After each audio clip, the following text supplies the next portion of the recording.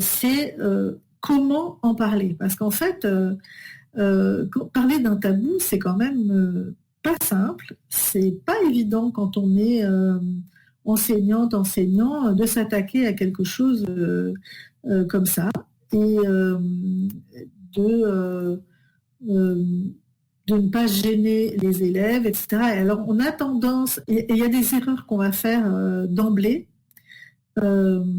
qui peuvent vraiment rendre la discussion difficile, alors qu'il y a des petites astuces à mettre en place qui vont fonctionner vraiment très bien.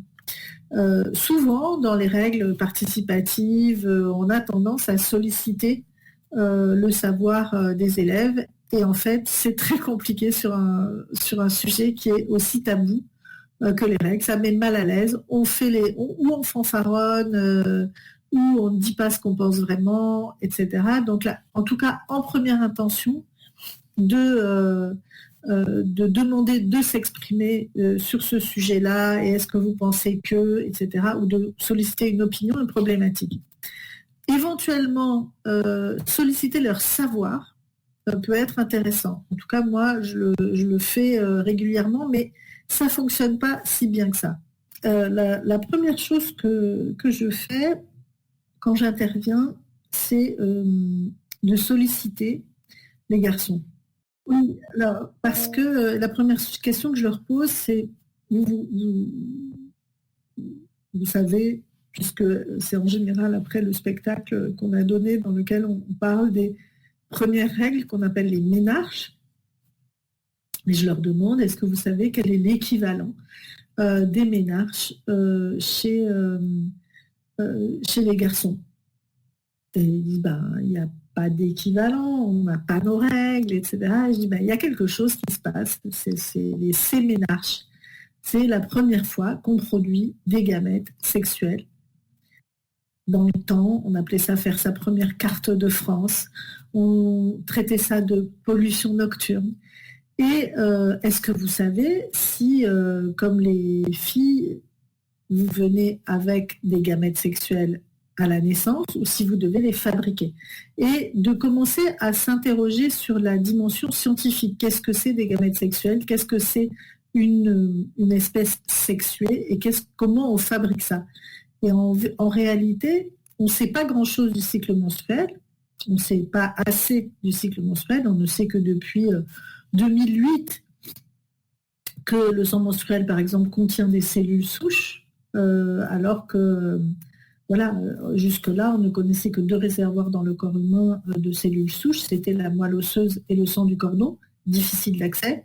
On apprend en 2008 qu'il y a des cellules souches dans le sang menstruel et que ces cellules souches peuvent nous renseigner sur l'état de santé de la personne en question. Donc, on est dans une grande ignorance, mais on est dans une ignorance encore plus grande, et les garçons en premier lieu, sur le fonctionnement de leur cycle, de leurs hormones. On revient beaucoup à cette occasion-là sur justement cette question. Est-ce que ça peut arriver, par exemple, qu'on pose la question, est-ce que vous croyez que c'est vrai? Est-ce que vous croyez que véritablement on est de mauvaise humeur quand on a ces règles, et qu'est-ce que ça signifie et pourquoi? Est-ce que vous croyez vraiment que seules les femmes ont des hormones? Est-ce que vous ne pensez pas que les garçons ont aussi des hormones? Et est-ce que vous pensez qu'il y a un cycle de fabrication des spermatozoïdes ou pas?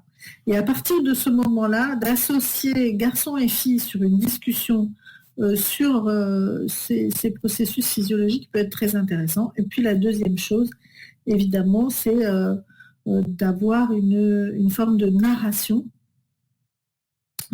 autour des questions anthropologiques, autour des règles.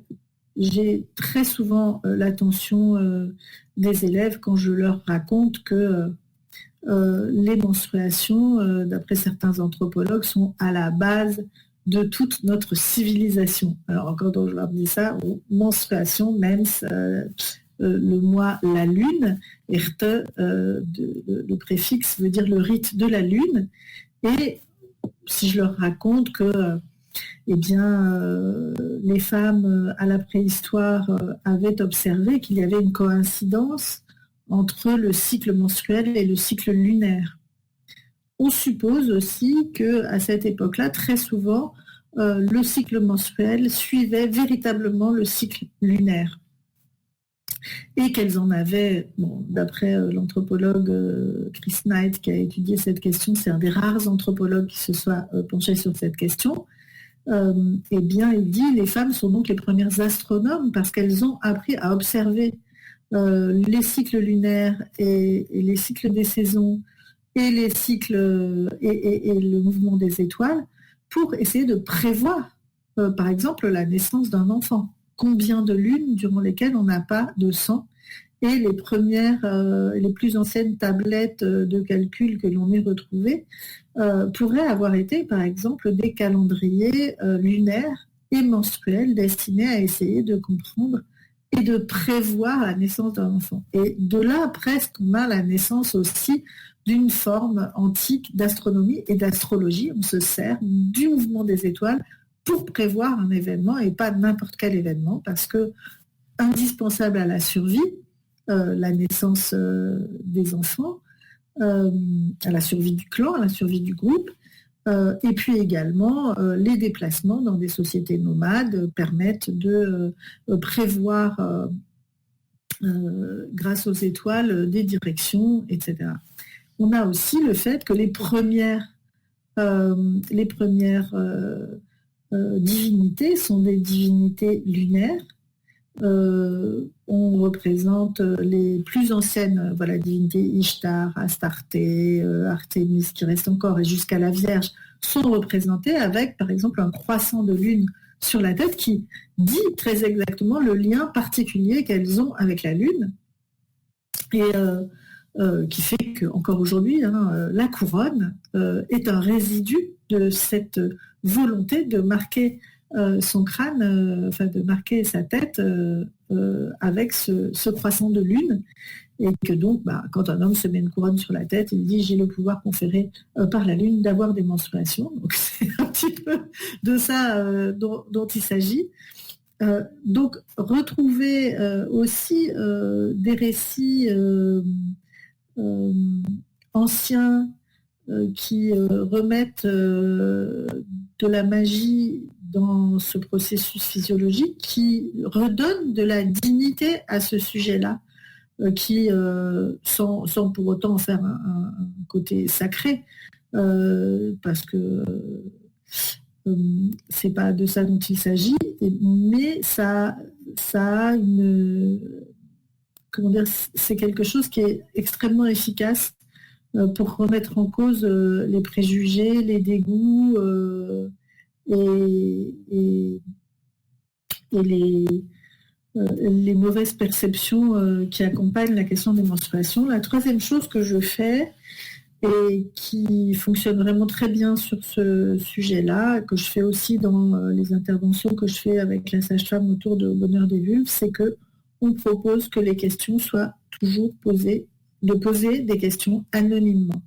Alors soit sur un téléphone, moi je viens avec un téléphone, je ne connais pas les téléphones des personnes, mais ça peut être aussi des petits papiers dans lesquels des questions peuvent être posées, et on est très souvent surpris par la possibilité qu'on a quand on peut parler anonymement, quand on ne s'expose pas soi-même, et c'est beaucoup plus facile de dire les questions qui nous préoccupent et d'en parler publiquement. Et on s'aperçoit d'ailleurs assez vite que derrière ça, il y a souvent aussi des récits de violence, d'incompréhension autour de la question du consentement, de qu'est-ce que je peux faire, qu'est-ce que je ne peux pas faire, qu'est-ce que j'ai le droit ou pas le droit de faire, et autour de la sexualité. Et ça permet un dialogue